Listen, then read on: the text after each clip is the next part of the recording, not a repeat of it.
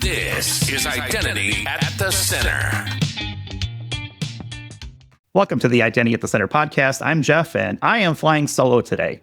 Jim is in the middle of a cross-country move, and he gave it his best attempt. He dialed in from a coffee shop, and it looked like a big background. And I was like, dude, you look like you're in a hostage video, and it's very noisy. So I'm like, I'll just take it today. So without further ado, let me go ahead and bring in, I guess, technically my co-host for today, Joni Brennan. She is the chair of the board of directors for IDPro. So welcome back to the show, Joni. Thanks so much. It's great to be here. Thanks for having me. Yeah, so honorary co-host for us. And this is something that we hope to be doing with IDPro a little more frequently now that we are the official podcast for IDPro, which we kind of announced that a couple months ago. And then Jim and I got busy with between going to Europe and Vegas for conferences. And I was telling you before I hit record, this is the first episode of the podcast that I've actually sat down and recorded in like 2 months. So, we'll make sure the rust isn't there, but welcome back. You were with us for episode 290, which was about a year ago in June, I want to say 2024, for those listening in the far future. You were coming to us then from a trailer in Starlink. Has anything changed? Still in the trailer, still on Starlink.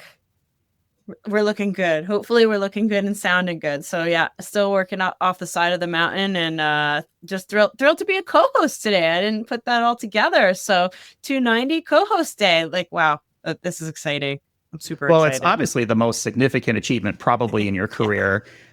So welcome to the big time. Now I'm just, so I guess, let's kind of dive into that, because you're coming in as the new chair for IDPro. I'm sure you've got lots of thoughts. I'm a member of IDPro, and I definitely encourage people out there. It's the best community for identity people in the world, unbiased. I just think it is. But let's talk a little bit about sort of what you've been working on for the last year, because I know you wear a couple hats, and we'll probably talk a little bit about DIACC, which we'll get into that. And we'll talk about IDPro, but just give us an update. What's life been like? Have you left the trailer in the last year? Yeah. So we do leave the trailer, to be clear. But at the same time, life has been exciting. I think we're grateful to be in the land that we are and the place that we are, and to have nature all around us. Dealing with all the ups and the downs of the world, economies, all the silly stuff that kind of happens from day to day, and dealing with that. And it certainly helps to kind of open the window and look out at trees and mountains. But yeah, we're splitting our time, just the majority in the city. But the joke that we have is that the trailer is actually slightly bigger than our city apartment, so it's kind of nice to be in at times. But it's been a good year. Yeah, thanks for asking. Well, that's good. So you're in Canada, for those that are probably wondering. Where in Canada are you? Yeah, I'm in Canada. I'm based in British Columbia, and I split my time between Vancouver and Whistler. So it's a great place to be. Lots of skiing, mountains, biking, and all those kinds of things. And so, yeah, I love to do this work out of Canada, and for the background for people as well. I'm a dual citizen, so I immigrated from New Jersey to Canada. So it's quite the transition, but we're figuring it out. We're making it work, just adding an extra O into all the words every chance I get. That's basically all you got to do. Joni's gone global, folks, so we got to watch out for that one.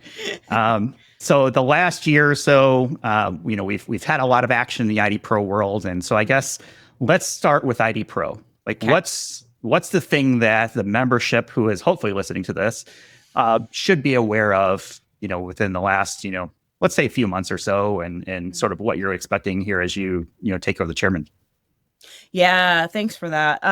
So first of all, it's important. I want to recognize and thank everyone, all of the board members and the leadership, the emeritus, the outgoing chair, and folks like Heather and the team, because everything is a village, right? And so many people and their contributions and efforts help to produce and support the community that we have in the IDPro to get it to where it is today. And now with the opportunity of being chair of the board, and working as a team with the entirety of the board and the officers, now we have an opportunity to look at what will be the next chapter. Yes, at the leadership on the board, where do we need to be focusing? And so we're working on that layer. And then also, anytime you have incoming leadership or change in leadership, it's always an opportunity to open the door for communications, because what I would really love, you could feel free to connect with me in LinkedIn, send me a note. I know there's a very active Slack as well. I admit I'm not the best. I'm a slacker on Slack, if that makes sense. So I try to do the Slack, but I'm not always up on the Slack. Send a carrier pigeon, a message in a bottle. Anyway, I would love to hear from the members of IDPro, and I'd love to hear from the members, what are the things that your time with IDPro, like what should IDPro continue doing? Like what's been working, what's been helping you? Are there things that we're doing that you think maybe we should stop doing those things? And then also, is there something that you think that we could be doing as an organization? So that's just an open invitation. Let's connect. Send me a message on LinkedIn. I'd love to hear what your feedback is as we set the next chapter for where the members find the value and where the members think we should go next. I certainly have some thoughts on that. I'm very keen to hear what people think, directly.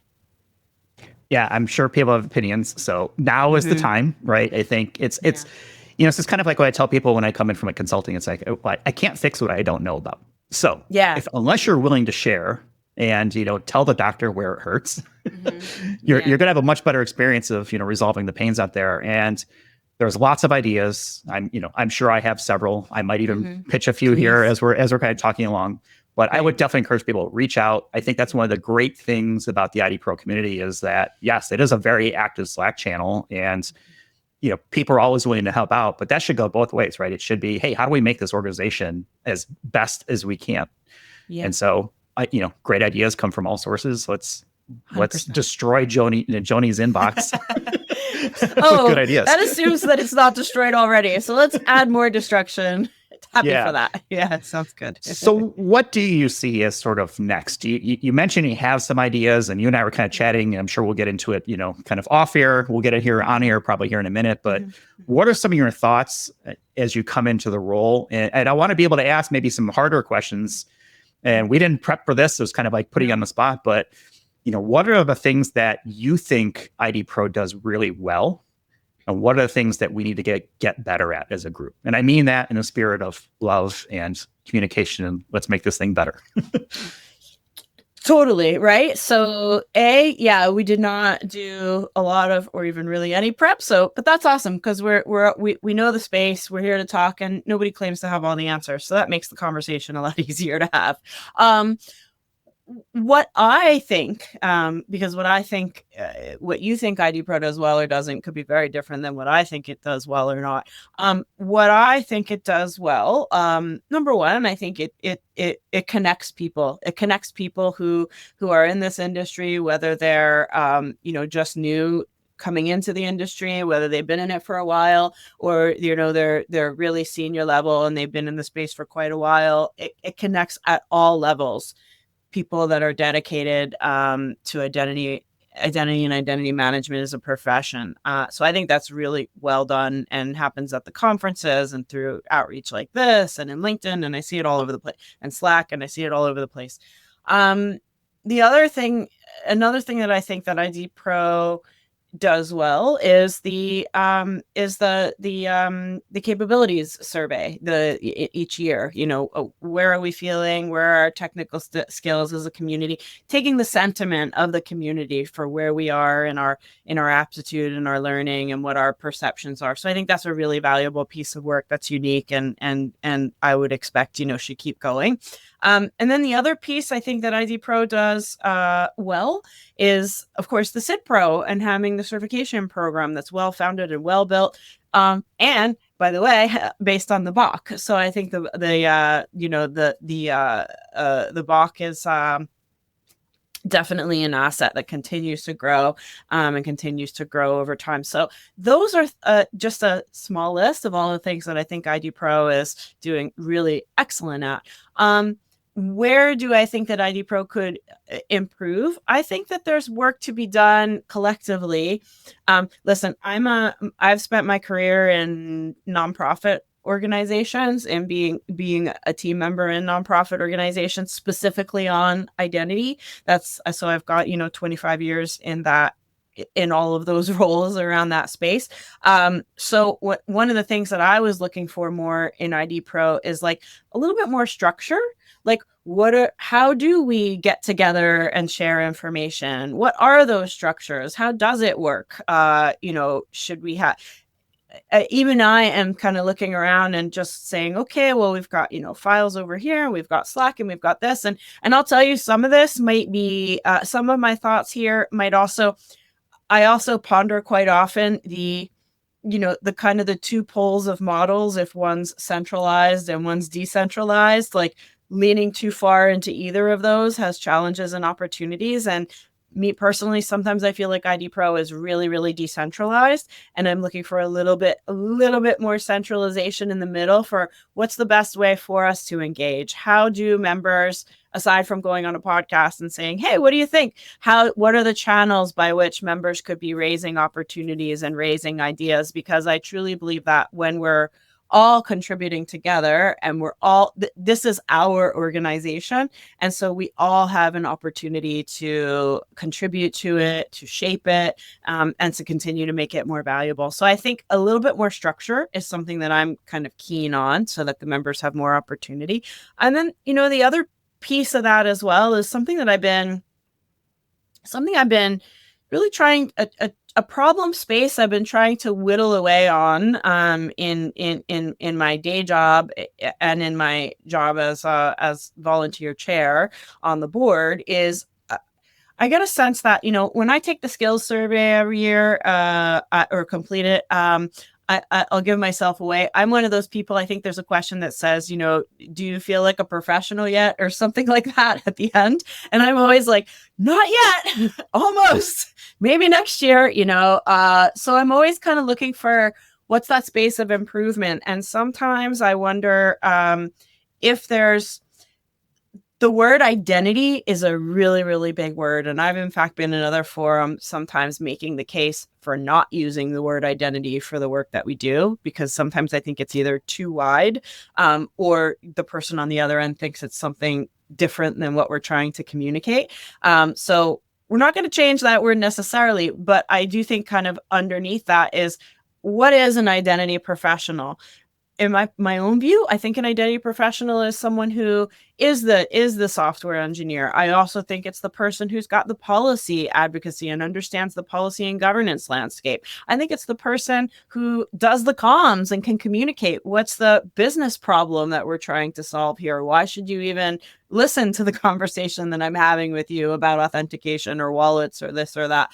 So I think that IDPro could serve more people and the core people that are in the community already by looking to what are those different flavors of identity professionals in a little bit of the business of identity, in addition to and complementary to the technical layer, which I think is really well represented in our org today. So how can we kind of build out those other persona? And maybe they're here already, and I just love to see them put their hands up, and so we can kind of take note and make sure that we're representing those different flavors of identity professionals. So that's just a little thinking on my side. So I love some of the ideas you've got there. I think I'll start with strengths, and I'm going to give you feedback real time. I think the Slack is, hands down, the number one reason that I always recommend IDPro to people is go on Slack. You'll find tons of helpful people.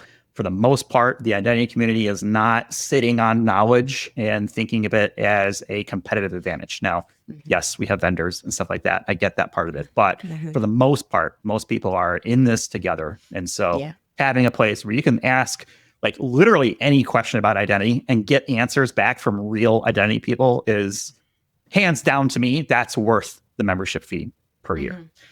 The body of knowledge is great for sure.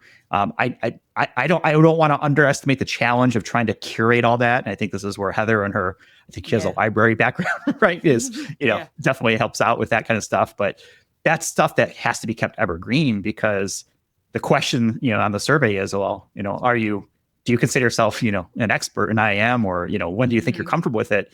Is, I don't think anyone ever really is. You might be good at one part of identity, but there is so much more to it. And so I love to hear the things like getting into what I call like the business of IAM. And this is why we asked this question to lead off most shows. I didn't ask you today, how did you get into identity? I've already asked you that. Go back, listen to episode 290 for people who want to know that story. But there are so many different ways that you can get into identity, and it doesn't have to be technical. And there is so much value that non-technical identity people, or IAM people, or whatever we're going to calling ourselves, bring to the table, that you do need to be well-rounded. And so I love to hear things around, let's talk about project management of identity. Let's talk about program management. Let's talk about, how do you get a CISO to give you the budget? How do you, if you're a CISO, how do you get the board or other parts of the executive organization to get the budget to do things? Because there are so many IAM heroes that run around in organizations, and it's like sheer will is how they operate. And that is not sustainable. So you kind of need to think about how you keep that going. And so I love to hear the ideas around, tackling not just standards and specs, which are very important, crucial, right, to make things go. And so I love to hear those ideas. And I guess I don't know what it manifests as. Is it, conversations? Is it webinars? Is it, a document of the body of knowledge? It's like, hey, here's how I was able to get funding to invest in an IGA platform or privilege access or whatever it may be. I don't know. Do you have thoughts kind of around how that might look, like the business of IAM? Yeah, I mean, it's great questions, right? And I feel like we made the open call for feedback. So level 1, any feedback you want, send it in. I will have Slack, your LinkedIn will be in our show notes so people can bombard carrier you. pigeon, message in a bottle, skywriting airplane. Level 2, extra gold stars. Bring an example of your idea. Bring it could be, I think that we're missing X, and if we maybe consider doing Y, that might be a way at it. So gold stars if you bring in a recommendation with your feedback. That's always great and appreciated. To get at your question, and as you were talking, I was just thinking I feel like again, this conversation is complementary to and building out, in addition to the standard, the contextualization of standards and of technical specs and that side of the house. What if we had it's a massive effort to curate and write. So thank you, Heather. Thank you all the authors who have made those contributions. What if we also had a bit like an arm of the Bach that was on successful case studies? That started with business problems and worked their way through in 3 pages at most. Here's the problem, here's the case that was made and to whom, here's a little bit of the key takeaways that happened, and then here was the result, and here's the success story. So a repository of case studies of business problems, how they were addressed. Business problem, case studies, success stories. Don't let me name it. Those are too many words in that, but I feel like somewhere in there is a different branch on the tree of the body of knowledge, perhaps. I like that idea because I think we learn from each other, and that's something we've tried to do with this podcast. Is look, we interview a ton of people, all the time, and we're always learning what worked for them. And sometimes it's just important to find out what didn't work for them, right? Absolutely. People are struggling with the same problems or similar problems. And, not everyone is 100%, like you're going to find the 100% solution. But if we can get people 50% of the way there, or 60 or 70 or 80% of the way through sharing knowledge, whether it's this or, a document or something like that, it's like, oh, okay, here's an issue. I hadn't thought about that specific use case or that specific benefit or that specific challenge.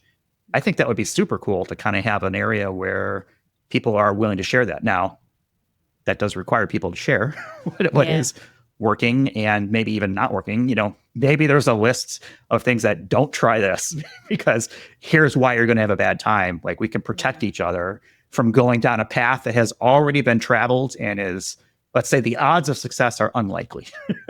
If you go down that route, why not share that, that do not do this as much as we should say do this types of things. Yeah, 100%. The do this, the do not do this. And then also, I always have to check myself, being for someone who's, been doing this in different roles and different lenses for 25 years. Sometimes I have to check myself to say, okay, I've seen somebody try to solve it this way 10 times and I've seen it fail 10 times. And in those 10 times, there might have been different reasons or the same reasons why it failed. But at the same time, I always check myself to say, look, something might have changed. Then on the 11th time, the conditions are different. And now this might be able to go through. And I think that's totally fine. And when I talk with people, I say like, look, just so you know, this failed 10 times. Here's the different reasons. Maybe it'll work the 11th, so I think we have to be open to that too. It's bringing in those different opportunities to learn. And, sometimes, even like sometimes when I use ChatGPT, sometimes it gives me things that I say, okay, yeah, that makes sense right away. Sometimes it gives me things that are outlandish. But even when it does that, I'm like, oh no, I don't want that, but I want something different than that. And it helps to clarify the thing that I'm looking for. So yeah, I think that having a structure where we have a very lightweight and still valuable way to capture these stories in a readable, digestible way. Yeah. Love these ideas. So these are all the kinds of things, you coined it on the business of identity. I think that's a great angle to look at it through. And, not only helping us when we're dealing with beneficiaries or clients who would be maybe, buying these services or using these services, but also as professionals within an organization. Yeah. How are we getting the budget to do the stuff that we need to do? And how can we team up more? Let's say I'm an engineer. How do I team up with the marketing team or the product team? Or, it's fascinating. I was speaking with somebody else and they said, yeah, the thing is, well, first of all, I talked to somebody and they said, we're not investing in identity. And I was like, okay, we just spent an hour talking about fighting fraud and complying with AML. And so I'm not sure how you're not investing in identity. And then, I was kind of having a conversation after that. And a person was telling me, yeah, the people in fraud, their view is we just fight the fraud. That's it. And then the people who report the fraud are the AML people. So they're just focused on reporting it. The other group is focused on fighting it. And the two are not always talking to each other or not even often talking to each other. So yeah, how can we help to get at that, both for how we're dealing with clients or customers or beneficiaries, and to how we're navigating these topics within our own organizations and working within our own organizations. I believe there's a lot of value in that for identity professionals as we look at how does this industry evolve in the context of the way technology and everything is evolving as a whole.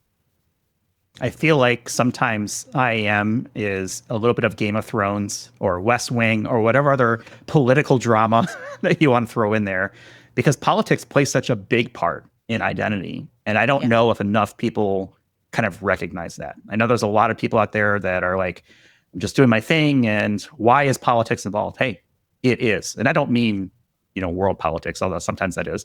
But I'm thinking more just within the organization of how do I get things done sometimes it's kingdom building, sometimes it's other things, it's personalities, it's, things like that. And you have to know how, you may not be able to fix it, but you need to be aware of it.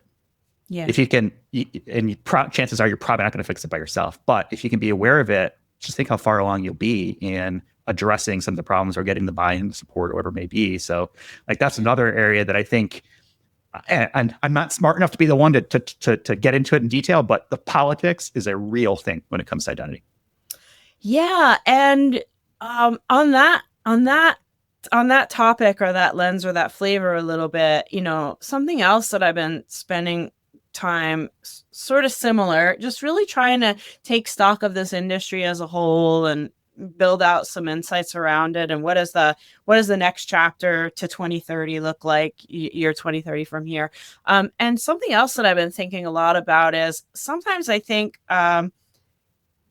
what I'm going to talk about is building bridges, because when you were talking about kingdom building and whatnot, it triggered building bridges. Because the other thing that I'm kind of seeing and looking at is, I think some audiences, and maybe just humans in general, but some audiences really kind of either they want to, or just from design, it's like they want to flatten the topic.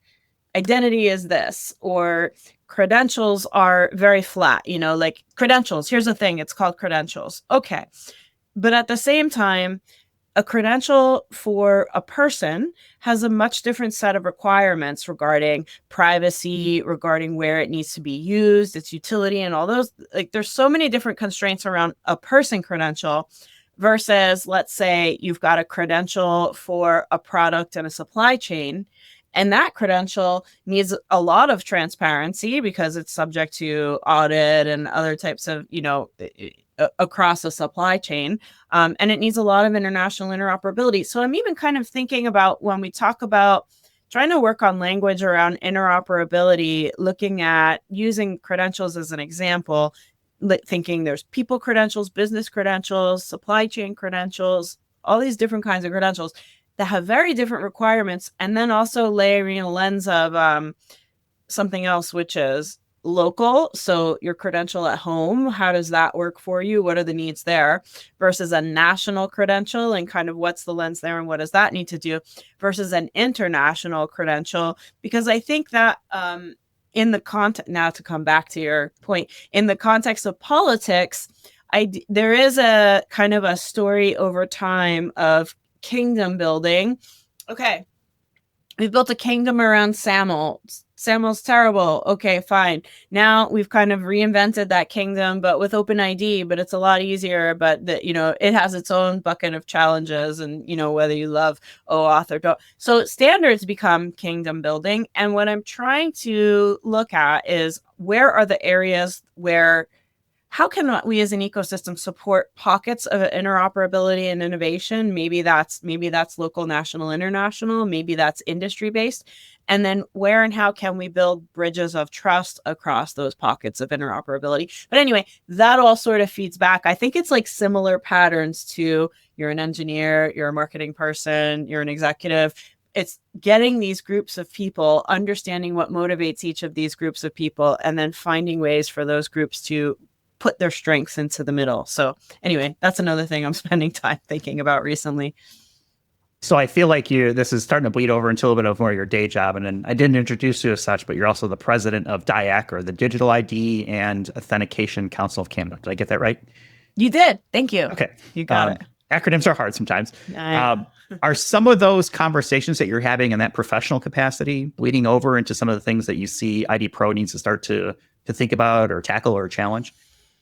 I would say yes. Yes, I think that when I look at the space for identity, and then even when you say IAM, you kind of start to mean a certain thing, or CIAM, you start to mean a certain thing. But the space around this industry for identity, I think there are a lot of common challenges and opportunities that play themselves out. And then kind of where is what are the different inflection points in different jurisdictions, or what are the different inflection points in different industries? And so, yes, one of the things that I've been thinking a lot about is, Canada is a collection of governments, 13 provinces and territories, and then the 14th government being the federal government. And we have this, basically when you come to Canada, people will kind of say, it's small enough to get all the people in the same room to make decisions to make them happen, which sounds great in theory. It still takes work to make that happen. And, there is a little bit of a different context where, in the US, where where it's so distributed with 50 states and then 50 state CIOs and kind of all that. I don't know how you wrap your arms around that size and shape of distributed governance. But yeah, kind of in Canada, that's something that's really pronounced is that these different levels and these different layers. And what I'm trying to work to do through our organization is take a very, neutral is one word, but I think informed and neutral at the same time, look at, okay, the work that's happening, there are provincial, let's say, because I'm in a province, there are local needs and there are local requirements in a province that you're in, and with local industries that might be trading nationally and might be trading internationally. And then there are, largely identity is a provincial issue in Canada, unless you're dealing in something that's nationally regulated like finance. So, you've got those three layers, and I've been trying to think about what are some strategic avenues or strategic principles that say, look, there is a case for local innovation, there is a case for national innovation, and there is a case for international innovation, and recognizing how each of these pockets of interoperability, how they can be supported in their individual context, and then at the same time, how bridges can be built across. And that's where, I think it's really, again, business problem first, but if you look at something like wallets, sorry, I know we're all wallet overloaded, but if you look at a wallet as a tool, if you start with a business problem like labor mobility, and you say, okay, how could a credential and potentially wallets help with labor mobility? And then you kind of get into the engineering layer, and then I'm like, oh, cool. So there's a trust fabric in the EU side and the EU DUI ecosystem. And by the way, there's not one European wallet either. So they're having similar playouts in Europe. But where I'm really fascinated is when you kind of have a set of interoperability opportunities in one jurisdiction or one industry, and then you want to bridge that into another industry. And for bonus points, when they're on different technology stacks, how can you build the bridge across? And it has to technically work, that bridge, but really it's what matters. And I'm sorry, I'll be biased here. What matters to me is the trust, like the verification. I'm glad you have a W3C credential, verifiable credential. But if I don't know the processes that went into it and that the data is verified and I trust that data, then it doesn't matter how technically well formed it is. So anyway, that kind of stuff, like bridging between those communities, I think is something very interesting for Canada. But I would also say a universal story for that we should all be paying, attention to and invested in. I think you hit on the key thing that I always struggle with when it comes to wallets. And look, you brought it up, so I'm going to get into wallets a little bit, but okay. is that trust? And, I think about it from, the US point of view, and this is where I'm based, and different countries around the world have their own points of view. But I feel like at any given point, trust is probably the biggest thing to overcome, because who do you trust? What do you trust? Do you trust the federal government? Well, at any given point in the US, 50% of the population does and 50% doesn't, right? And that flips every so often. That's right. And then you get into like a more of like and that's curve like maybe like a macro kind of view. And then you get to the micro view, which is local. Mm-hmm. Can I get a mobile driver's license here in North Carolina? No. Can I do it in Arizona or California? Yes. How do we start to get the micros, right? The micro in the grand scheme of things to start talking to them? And do you trust, again, do you trust your local government versus not? Do you trust banks or finance institutions? Do you trust education? My concern with this whole wallet concept is we end up with so many different wallets. And so now we've just replaced an account, an ID, and a password or some other identity with, oh, that's in my this wallet versus this is in my other wallet. And then what? You end up with what? The one wallet to rule them all? That is social IDP, which is supposed to be sort of like that idea of like one account, right? To do single sign-on with. But the trust is such a big thing. Like I don't know how we get past that realistically. I'm going to assume the technical underpinnings there, does it comply to standards? Is it, comply with federal regulations or whatever it may be? Like those are non-negotiables. Like it has to be there. Like it's not a viable solution if it doesn't do that. But how do you get people onto this is such an interesting part. And, for people who didn't listen to it, we had a great episode we did a few weeks back while we were at EIC in Germany with Christina and Torsten, who are on the German side of Sprint working on EUDI. And, they had a lot of really interesting things to say because I don't know how this works around the world. And the one thing that I wasn't aware of is there's an actual financial repercussion for EU member states if they don't get this done. Mhm. And so there is actually a financial motive, which tends to drive compliance. And so I wonder if that's something that, I don't know if that exists in Canada. I don't think it exists in the US, but is that is that the appropriate whip and or carrot that needs to be out there to say, look, we just have to get this done? And I don't know.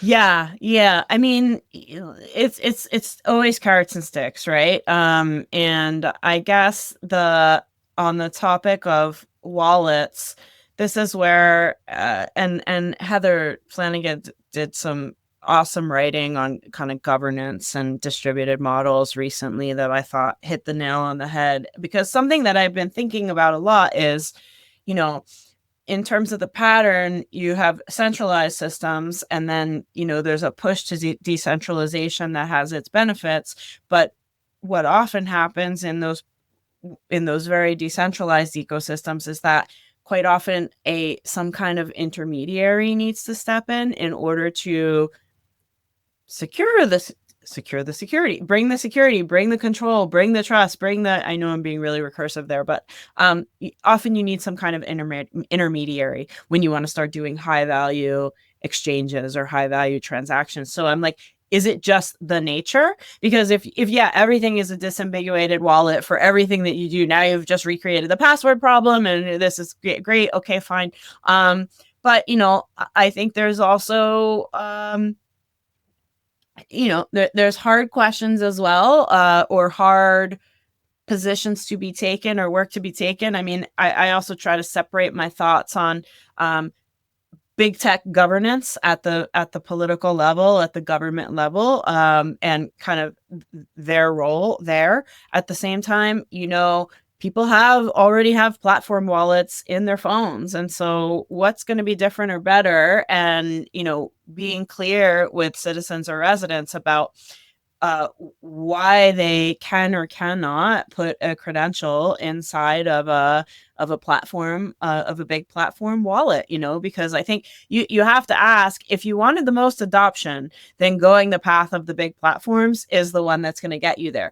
Does that have global repercussions in terms of security and national security? Like, hard questions to answer, right? And we can see pockets of states in the US, in the AMBA ecosystem that have gone that way. Look, I don't run a country, but if my driver's license came to me, I don't run a province or a country or any of those things. But if my driver's license had a button and said you could put this in your Apple Wallet, I would do that. I would do that immediately, but that's me, right? And I'm not saying everybody should do that. And the other thing, to your point though, is that everyone has and should have their own anchors of trust. And so I might feel that I've made decisions. I'm in this Apple ecosystem. I have confidence in that. That's fine for me. Someone else might say, oh no, I only want to put my credentials in a government wallet because I trust the government. The next person might say, I only trust the bank. And the next person could say, I trust absolutely nobody. And someone in there is going to trust their university wallet. So there's going to be an edgy person in there that has a university wallet that they want to trust. Anyway, point being is, the trust anchors are really different for everyone. And so how can we, this is kind of comes back to why I'm really spending a lot of time thinking about building bridges, more connection and less, the very, very distributed ecosystem. My own view, there has to be some elements of centralization or connection or bridging to make these tools work and not kind of recreate the problem over and over again. Fun things to noodle on. This is just how we spend our Monday nights. This is why I like doing this podcast, because I'm not going to claim to have all the answers. I need a little gym, but we can wonder out loud. And so this idea of, is it the wallet? And I'm with you. If I had an opportunity to do a digital identity and put it into my Apple Wallet or Google Wallet, or maybe I would do it too. Mm-hmm. The problem becomes not everyone else is doing it. And so I still have to carry around the physical ID with me, right? Mm-hmm. At some point, hopefully before I die, we will have a solution to that where I can go to the TSA and get on my plane and, Is Yeah. this an airport that does it? Is this an airport that doesn't do it? Right. Or Mhm. whatever vendor that might be. And so I think it's important that we put those questions out there, and, even if we don't have the answers, let's talk about it, because Yeah. again, we can't fix what we don't know about. We can't, maybe somebody's already solved this and they're like, oh, I have a solution for this. Great. Bring it to the Yeah. table. Let's pick holes into it and see Yeah. if it actually stands up, because that's how things get stronger. And I think it also needs to be a product that people want to use. I mean, let's be honest, digital identity is not sexy, no matter how much I try to make it. It's a product, and like anything else, how do you build a wallet product that people actually want to use? That means they have to trust it. It means, the security has to be there. It means the usability has to be there. That means it has to be interoperable with everything. All that stuff needs to come together, and hopefully we'll get there. Yeah, 100% has to be delightful. Like even more than just, it has to work, number one. Number two, it has to be something you go, oh boy, that was easier than what I did before. Like, there has to be some benefit out of using these tools. And I guess the other thing here as well, and we're a little bit into it here, but there's also the MDL as a whole, and the ability perhaps to phone home or not. Much of what we're doing in Federation is already phoning home, so I think we've got challenges in that space. However, I question or wonder, certainly I do not support I do not support phoning home, especially if there's a capability where they're able to kind of turn that feature on and you don't know about it, and then it's happening in the background. Absolutely not. Talk about violating trust. I mean, that would do it right there. No, that's not right. Now, that said, I think it's a complicated issue. Like, nothing should be turned on in the back without you knowing it, which I think is already happening with lots of services that I use today all the time. But that said, the other piece of that is there are times when I do want audit trail, and I do want traceability, and so sometimes that's okay. And that's something that I really do want, especially if it's something of value that I'm exchanging. And then the other piece of that too is, like, on this phone home in the spec issue, sometimes I wonder if we collectively, if there's sort of a bit of a kicking the can down the line, because my own view is that a lot of the challenges that we are working through within this ecosystem, and I'll talk about the personal identity lens for a moment, does come down to governments and government's obligations, and what our ability to control data about us is within government. And so, for example, if governments have had regulation and it was auditable, and they said, no, we cannot turn this on, and this is regulated, and here's how it's audited, and we prove that to you, then I feel, like a lot better about it if I have that, if that's regulated, right? At the same time, similar to that, I'm looking, we're almost at open banking in Canada. We're going to get there one day. We're not there yet, but we're almost at open banking. And Canada sometimes likes to do this thing where they will rename things. That's something else. So in Canada, open banking is officially, I believe, called consumer directed finance, which is great. I don't know why we need to rename things and complicate it, but it's called consumer directed finance. But that's open banking. But I almost look at if the banks are being regulated to do open banking / consumer directed finance, I look at that and I see the other window, which is, okay, well, there's a piece of data about me in our tax authority called my verified income. Then government should be citizen directed government data.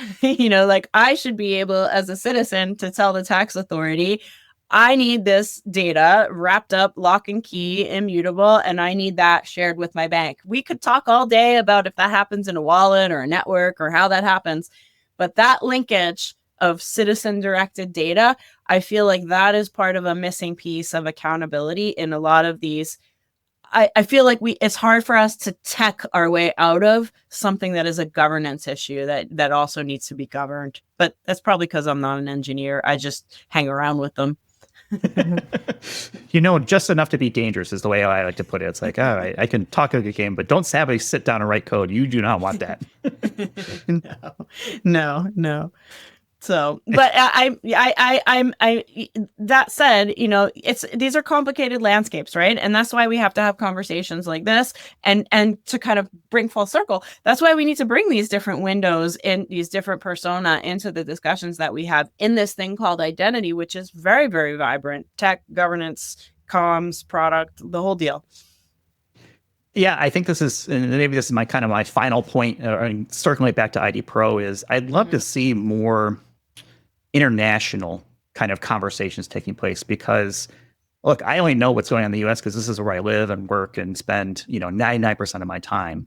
But I feel like if we're able to have conversations with our friends in the EU or Australia or other parts of the world, right? Canada, Denmark, I don't know, Antarctica, right? You name it. There's probably similar questions, and some of them might not have been answered. Some of them might have been answered, but I think that it also helps, if you're really thinking of identity as a career, is be well-rounded and understand what else is going on in the world. I think this is an opportunity maybe where, and I don't know if this is like different Slack channels, and maybe they already exist and I just haven't dug into that, that deep enough, but, maybe it's information that how does Germany do this versus how does France do this? And maybe they're similar, but there's differences because of local, regulations or whatever it may be, or maybe just local cultural requirements, right? That are different, things like that. I think that's another area that I'd like to see more, because I learned a lot when I went to EIC. My first time in Germany, my first time at EIC, was a fantastic conference, highly recommended. And I learned a lot hearing, what our friends in the EU are doing and beyond around some of the challenges that they're facing. I was like, oh, that's interesting. I hadn't thought about it from that perspective. And I'd like to see more of that. Yeah, 100%. Those lenses of information sharing. First of all, I love EIC as well. I would love to be there every year. Unfortunately, that's not the case. That said, I love to be there, and I'm happy for everyone who's there on the years that I can't go. So I'm so glad that you went. You got to see that lens of that conference. It's a wonderful conference. Love to be there. I think of those folks as a part of a family. That said, yeah, you'll see a lean in, depending on the jurisdiction that you're in.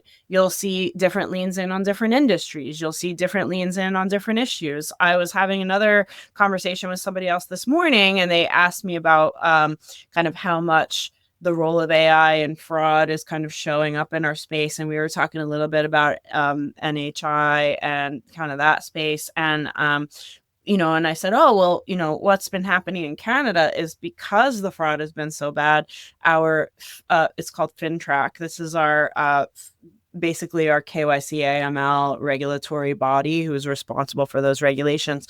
Because the fraud has been so bad, they've been adding more and more reporting entities into that into those entities that are responsible to report underneath that regulation. So while I could say yes, AI is there and a lot of focus, at the same time we're kind of sometimes at a different place in the runway where we're leaning in so heavy into the finance regulations and how they expand. And we find now that we've got audiences where we're educating and working with loan officers at dealerships because there's tons of fraud there. And I heard somebody else say, fraud's like water. You put up a dam one spot and then the water just goes around and finds the other spot, right? So while we're having sometimes very privileged conversations about NHI and all the wonky things on wallets and governance and all that, and in the global lens, at the same time, within my work at the DIACC, I'm also dealing with, how do we help educate loan officers at auto dealerships?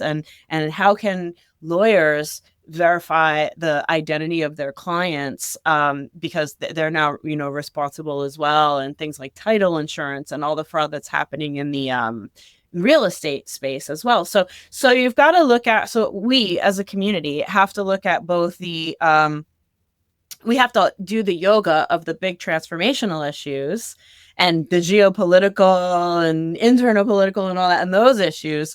And at the same time, there are people every day out on the front lines in the economy who are getting frauded, and there are people who are suffering from those frauds. And then you say, well, we need to also make sure that those people get the immediate solutions, which might be the photo ID captures and the document comparatives and kind of those layers. And so I really think it's for us as a community and us in IDPro and all these different lenses, and I heard somebody else talk about a new standard replacing another. And the thing is, these capabilities all hang around. It's rarely like a 1-0 to 1-1-0 switch.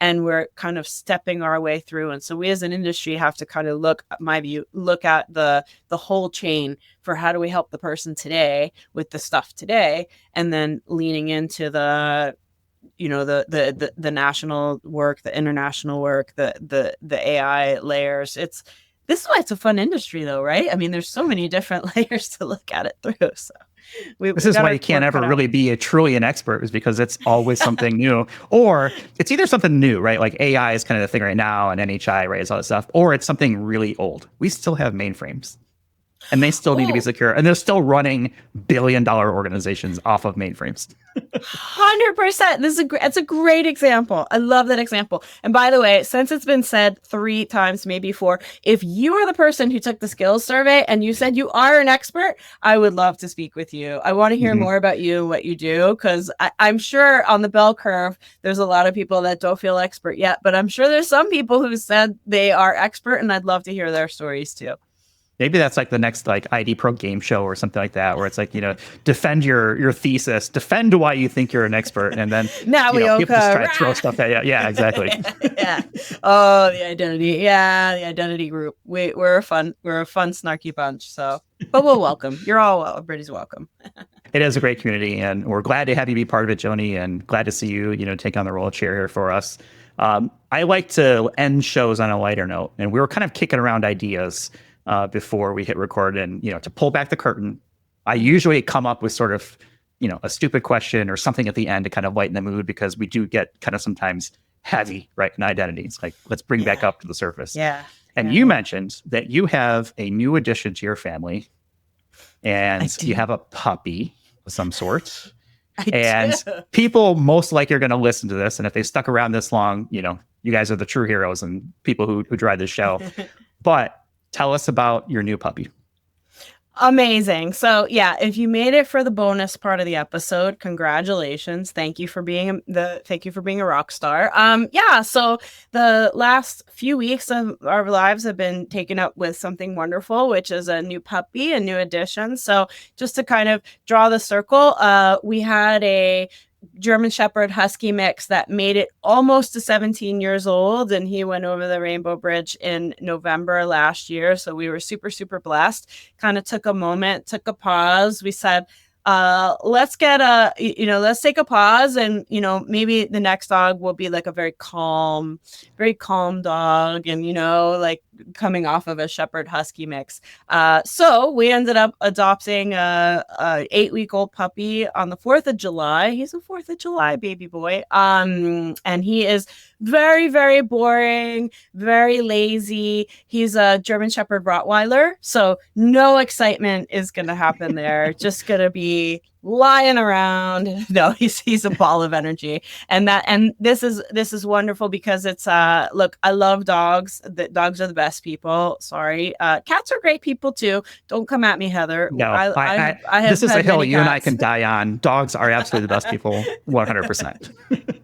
Well, I heard a podcast, and actually they were saying that, don't quote me, but I think dogs had been were with us and domesticated for over 40,000 years, whereas the evidence on cats is 10,000 years, which seemed to lead into why there are so many different breeds of dogs, because they've had that 40,000 years, but also why cats are kind of quasi-domesticated. Like, yeah, they're with us, but they're not there to serve us necessarily. So you're there to serve them. Yeah, totally. Exactly. So no, this is keeping us out of the off of the news channels, off of the doom scrolling. The whole feed is puppies in training and all of that, which I'll take that any day. That's a wonderful thing to be distracted by, especially over the summer. So I'm always happy to see pets. They're always welcome on the show. do we want to introduce? First of all, I don't think we mentioned his or her name. Oh, okay. Well, do you want to do like a quick, not the Jeopardy song, but Yeah. something like that? Okay. So I'm with you. I know you can hear me. You're on headphones. You probably won't be able to talk as well. But yeah. So we had a dog. We have 2 dogs now. We had a third one. Ours crossed the Rainbow Bridge in December, which kind of sucks. And she was also a 4th of July adoption for us. So I have 2 dogs of my own. I have a 10-year-old Beagle Hound mix, and then his name is Duncan. And then I have Archie, who is a foster fail who wakes up with violence in his mind. Oh my gosh. Get that dog on camera right now. Hi, Champ. Okay, for the people who are listening, this dog looks a bit like a Rottweiler, but he's a Rottie Shepherd. He's a Shepweiler, and he's got the eyebrows, and he's black and rust, and he's just the sweetest boy ever. He's a sweetie. That's a good looking boy you got there. He's the first time he's been on a podcast. You're a star, Champ. His name is won't Champ. Be the last time, I'm sure. So Champ is the man for sure. It looks like he's just waking up from a nap Champ. There. He is. You know what? I thought he was in the crate for the whole podcast episode, and I came out and he's lying on the floor, and we still have couches, which is wonderful. So, that is did good.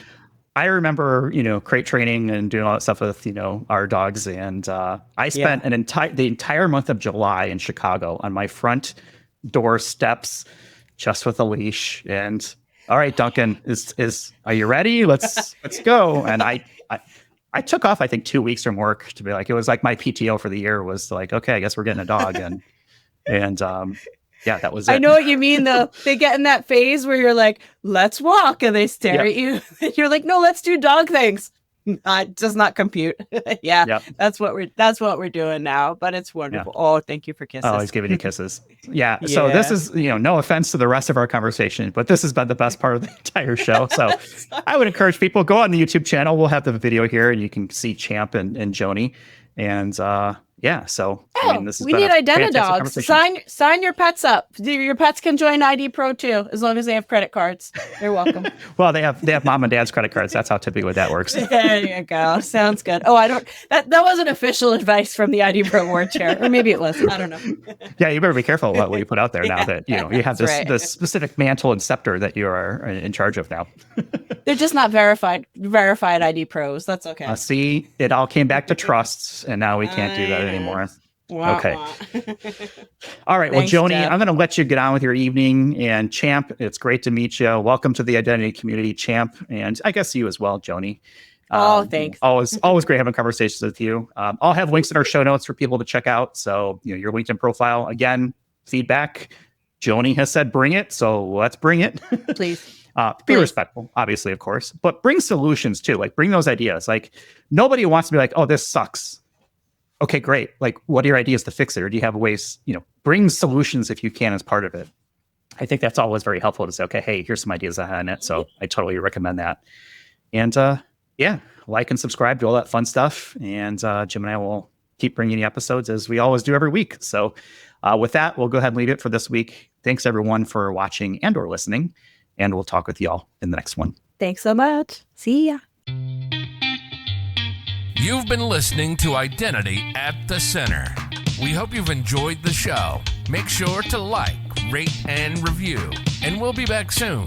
But in the meantime, hit the website at identityatthecenter.com. See you next time on Identity at the Center.